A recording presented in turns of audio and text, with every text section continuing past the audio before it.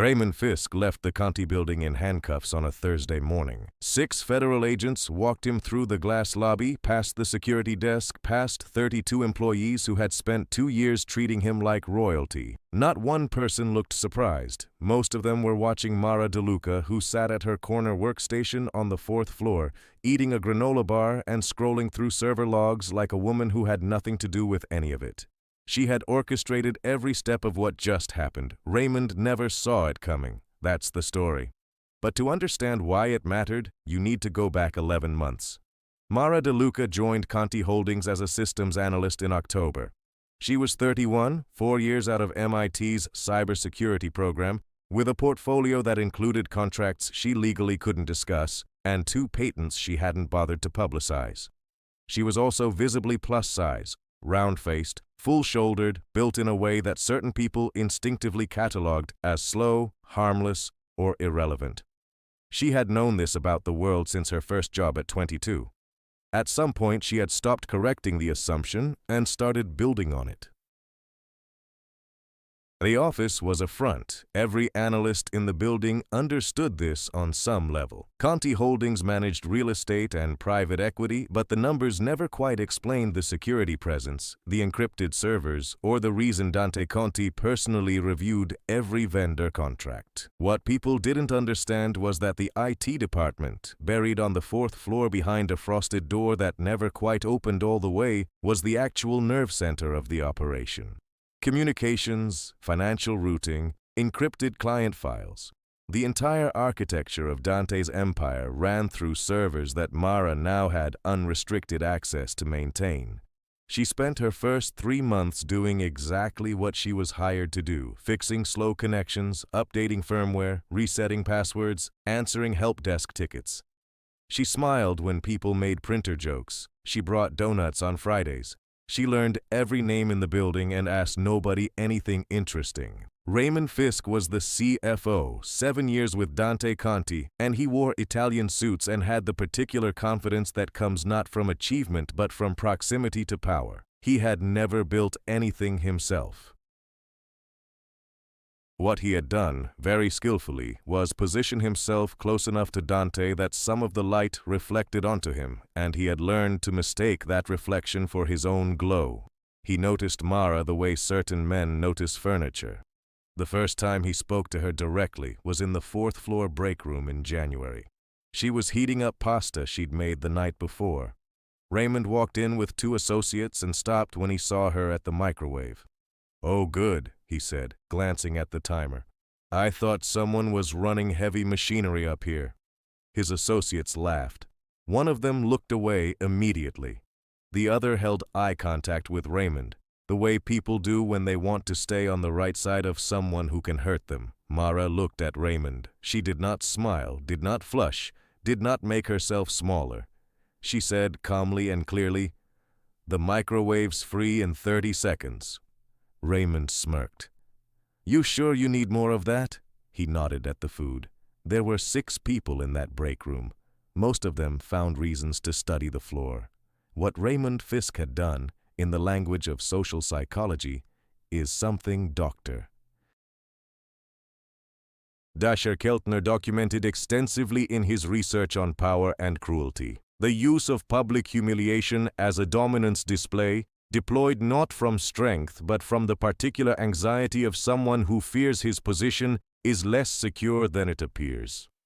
The cruelest comments, Keltner found, almost always come from people who are quietly terrified of being found out. Mara set her container on the counter. She picked up her coffee. She walked out without another word. What nobody in that break room could have known, what Raymond could not have known, was that Mara had been inside his encrypted financial files for 6 weeks. She hadn't gone looking for trouble. She had gone looking for a latency problem in the routing software, which led her to an unusual data pattern, which led her to a secondary server she hadn't been told about, which led her to 11 months of records that should not have existed in any form she could access. Raymond had built a parallel ledger. He was skimming from Dante's clients, rerouting funds through a shell company registered in Delaware under a name that had no connection to him on paper, and he had been doing it for nearly 2 years. The total, when Mara finished her quiet audit, came to $4.3 million. She told no one. She documented everything. She built a complete evidence package, transaction records, server logs, IP traces, timestamps, and stored it across 3 separate encrypted locations, each requiring her biometric authentication. Then she went back to resetting passwords and answering help desk tickets. This is the part that deserves attention because it wasn't instinct, it was architecture. What Mara understood from years of working in environments where being underestimated was the baseline condition was that revealing what you know too early is always a mistake. The information had more value sitting quietly in her possession than it would the moment she put it in motion. She was waiting for the right alignment of circumstances. She didn't have to wait much longer. What she found in the first week of March would change the calculation entirely and make Raymond Fisk considerably more dangerous than anyone in that building was prepared to handle. In March, Raymond began his real exit strategy. He started shifting communications, routing sensitive client contacts through an external firm he controlled, in a way that would let him eventually present Dante's most valuable relationships as his own personal network. He was preparing to leave and to take what he considered rightfully his on the way out. What he didn't account for was that the external firm used cloud infrastructure running through a server cluster that Mara had patched in February. That patch had left her a very quiet, very legal, read-only window into exactly what was passing through. She watched Raymond build his escape for 3 weeks. She documented it with the same unhurried precision she brought to everything. Then, on the first Tuesday in April, she made an appointment with Dante Conti's executive assistant and asked for 15 minutes of his time. Dante made her wait 40 minutes in the reception area. She expected this. She sat with her laptop and worked. When she finally walked in, he was standing at the window with his back to her. A power calibration, a way of communicating that her time was less valuable than his. She recognized it the same way she recognized every other system, as information about how it operated, not as a verdict on her worth. She sat down without being invited to. She opened her laptop. "I've found a problem," she said. "I thought you should see it before it becomes yours." He turned then. He looked at her. Actually looked in the way people rarely bothered to, and said nothing. She turned the screen to face him. She walked him through it in 11 minutes.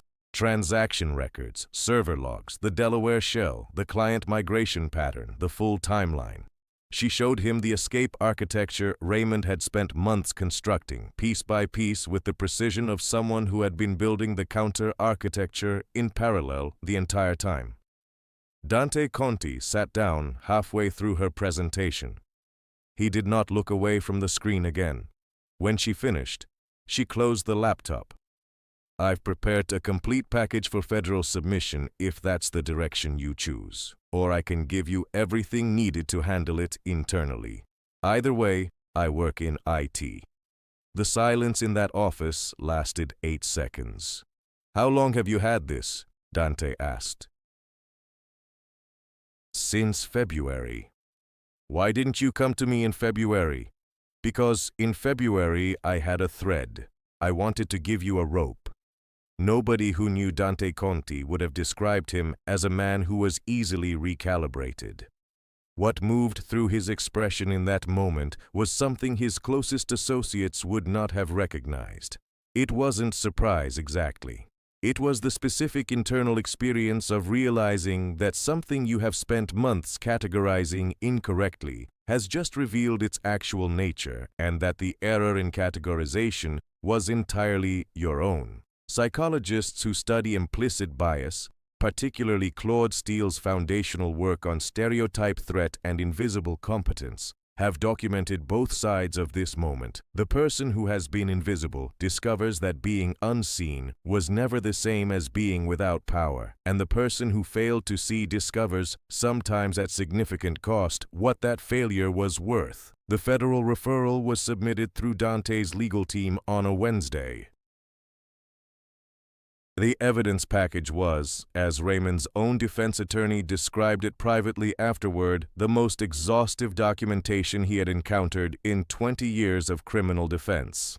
There was no ambiguity in it. There was no angle from which it could be approached and survived. Raymond Fisk, who had spent 7 years building an identity on proximity to a man who could now erase him with a single phone call, was walked out of the building on a Thursday morning. He had exactly enough time in that lobby to understand what had happened and who had made it happen. He turned to look back as he reached the glass doors, and the person he found himself looking toward was Mara Deluca on the 4th floor, visible through the interior windows, her back to him, already returned to her work. He had made exactly one mistake in 7 years of careful positioning. He had looked at her and decided she was furniture. On Thursday afternoon, Dante came to the 4th floor for the first time without an appointment. He walked past 2 engineers who scrambled to look occupied, past the server room door, and stopped at Mara's workstation. She looked up. "The position of Chief Information Officer is currently vacant," he said. "The role has never existed here before. I'm creating it." He named a number. Mara looked at him for a moment. She looked back at her screen. "I'll think about it." He almost smiled. She would reflect on this later, the almost, and turned to leave. Then he stopped. "Deluca, the printer on the 3rd floor is making a noise." "I know," she said. "I submitted the ticket 2 weeks ago. Someone's been closing it without resolution?" He held her gaze for a beat. "I'll make sure it stays open." He left. Mara saved her current file, pulled up the printer ticket, and added a single line of documentation. Escalated to executive level. Then she picked up her coffee and went back to the server logs she had been reviewing since 7 that morning. She had saved his empire from inside a frosted glass room on the 4th floor, over granola bars and help desk tickets, without permission and without being asked. She had done it because she was very good at her work and because she had understood something early that most people spend their whole careers missing. Power doesn't announce itself. It waits. It documents. It builds the rope before it shows you the thread. Some people spend their whole lives trying to be seen. Mara Deluca had spent hers making sure the right people eventually understood what they were looking at, and that by the time they did, it was already over for anyone who hadn't. If you want more stories about women who were underestimated by exactly the wrong person, leave a like. It tells the algorithm this is worth finding. And subscribe, because the next story is about a woman who spent 3 years being the quiet one in the room, and what happened the day she decided the quiet was finished.